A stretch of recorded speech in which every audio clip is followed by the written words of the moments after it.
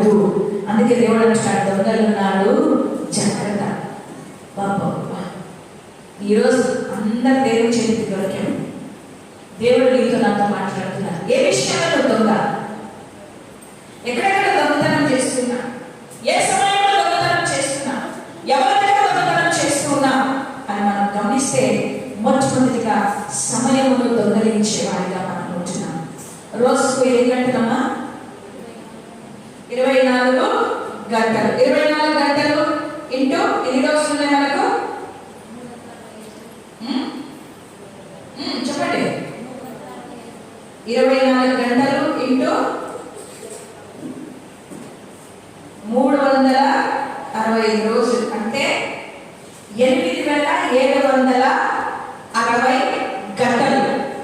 ఆ 8760 గంటల్లో 10% ఎంతమ్మా? 876 గంటలు సమయాన్ని దేవుడికి ఇచ్చేవాడిగా మనం ఉన్నామా? అంత నటించేదే ఎక్కువ. 10 నిమిషాలు బైబిల్ చదివితే ఎక్కువ, 10 నిమిషాలు ప్రార్థన చేస్తే ఎక్కువ, అర్ధగంట ప్రార్థన చేస్తే ఎక్కువ, అయిపోయింది 3/4 గంట అక్కడికి అయిపోయింది. ఇంకా ఇంట్లో పనులకు ఉన్న సమయము ప్రార్థనకు ఉండదు.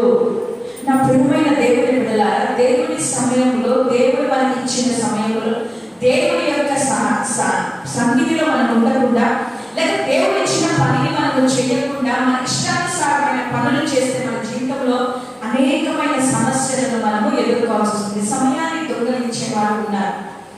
చర్చ ఎన్ని గంటలమ్మా చెప్పండి? ఎన్ని గంటలకు వచ్చామమ్మా అందరూ? 9.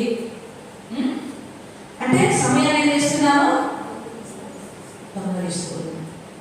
దేవుని సమయంలో దేవునికి ఇవ్వకుండా అన్నిటికీ తిండి తినేది, మనం టైంకి బట్టలు వేసుకునే, టైంకి పిల్లలు చూసుకునే, టైంకి స్నానాలు చేసే, టైంకి భర్తలు చూసుకునే, టైంకి ఉద్యోగానికి, టైంకి వ్యాపారానికి, టైంకి టీవీ చూడడానికి, టైంకి మొబైల్ చూడడానికి, టైంకి షికార్లు కొట్టడానికి, టైంకి మనుషులతో మాట్లాడడానికి, టైంకి, కానీ దేవుని సన్నిధికి సమయానికి రావడానికి టైం లేదు.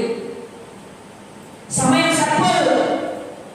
పర్వాలేదు 10 నిమిషాలే కదా, పర్వాలేదు ఉంటారులే, మనం పోతేనే వాళ్ళు ఆరాధన ఆరంభిస్తారు, అంతవరకు వాళ్ళు చేయరు. మనం పోకపోతే, మనం పాడకపోతే, మనం పనులు చేయకపోతే జనం సంగమం.